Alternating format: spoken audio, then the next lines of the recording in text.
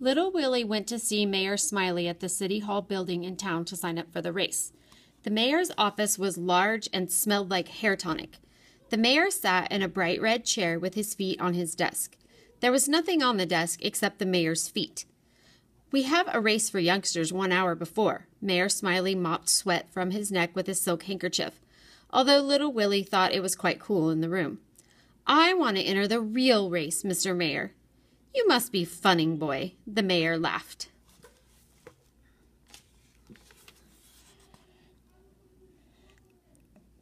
Oh, the mayor laughed twice and blotted his neck. "Anyway, there's an entrance fee."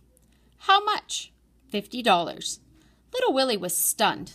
That was a lot of money just to enter a race, but he was determined. He ran across the street to the bank. "Don't be stupid," Mr. Foster told Little Willie. "This is not a race for amateurs. Some of the best dog teams in the Northwest will be entering." "I have Searchlight. We go fast as lightning. Really, Mr. Foster, we do." Mr. Foster shook his head. "You don't stand a chance of winning." "Yes, we do." "Willie, the money in your savings account is for your college education. You know I can't give it to you." "You have to." "I do?" "It's my money." Little Willie left the bank with a stack of $10 gold pieces, 5 of them to be exact. He walked into the mayor's office and plopped the coins down on the mayor's desk. "Me and Searchlight are going to win that $500, Mr. Mayor. You'll see. Everybody'll see." Mayor Smiley counted the money, wiped his neck, and entered Little Willie in the race. When Little Willie stepped out of the city hall building, he felt 10 feet tall. He looked up and down the snow-covered street.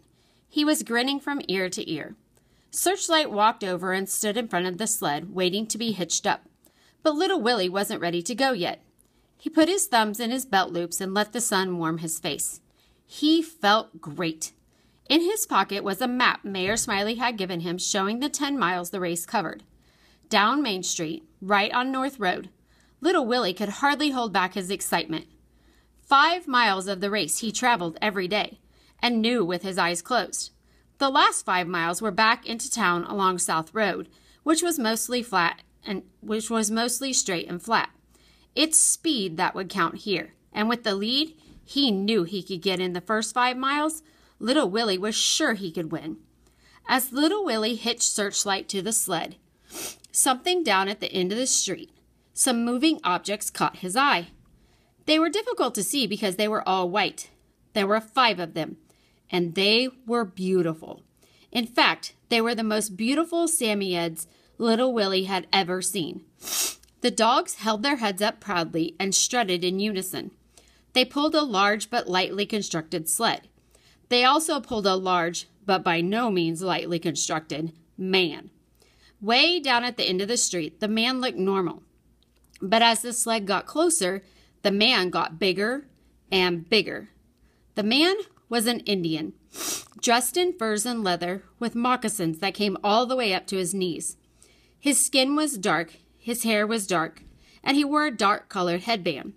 His eyes sparkled in the sunlight, but the rest of his face was as hard as stone. The sled came to a stop right next to Little Willie.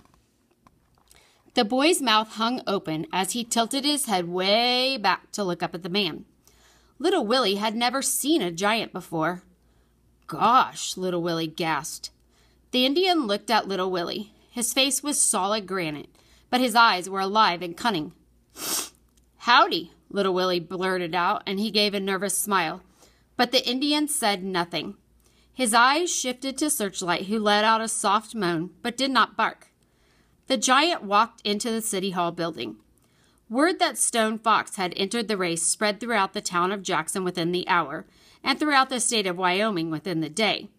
Stories and legends about the awesome mountain man followed shortly.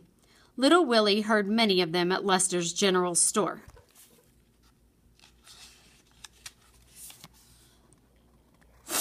"Was this time in Denver he snapped a man's back with 2 fingers, said Dusty, the town drunk, but nobody believed him, really.